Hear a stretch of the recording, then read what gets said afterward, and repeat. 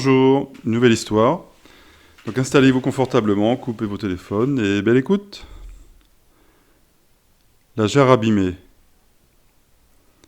Un porteur d'eau indien avait 2 grandes jarres suspendues aux 2 extrémités d'une pièce de bois qui épousait la forme de ses épaules.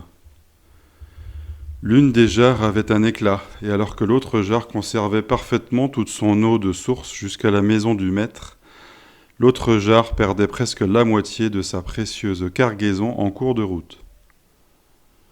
Cela dura 2 ans, pendant lesquels, chaque jour, le porteur d'eau ne livrait qu'une jarre et demie d'eau à chacun de ses voyages.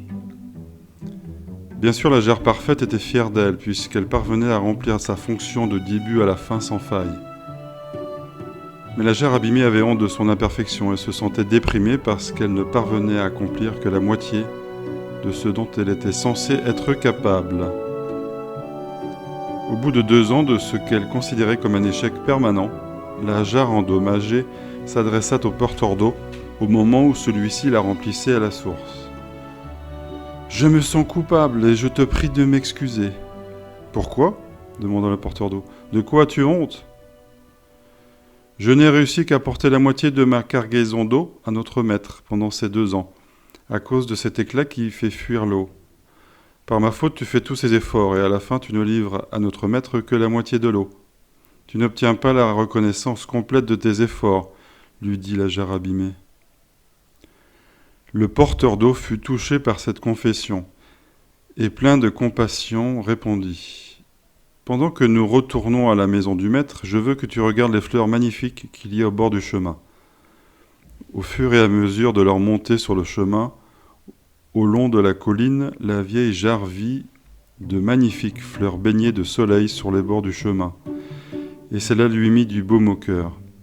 Mais à la fin du parcours, elle se sentait toujours aussi mal, parce qu'elle avait encore perdu la moitié de son eau. Le porteur d'eau dit à la jarre : « T'es-tu rendu compte qu'il n'y avait de belles fleurs que de ton côté, et presque aucune du côté de la jarre parfaite ? C'est parce que j'ai toujours su que tu perdais de l'eau que j'en ai tiré parti.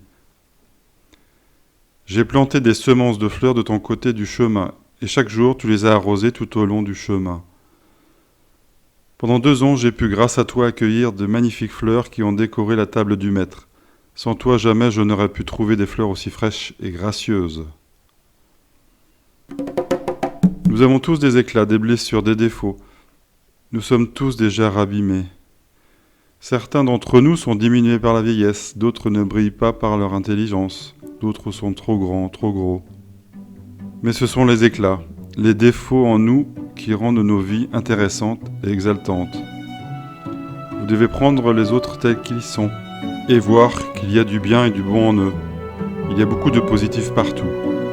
Il y a beaucoup de bon en vous.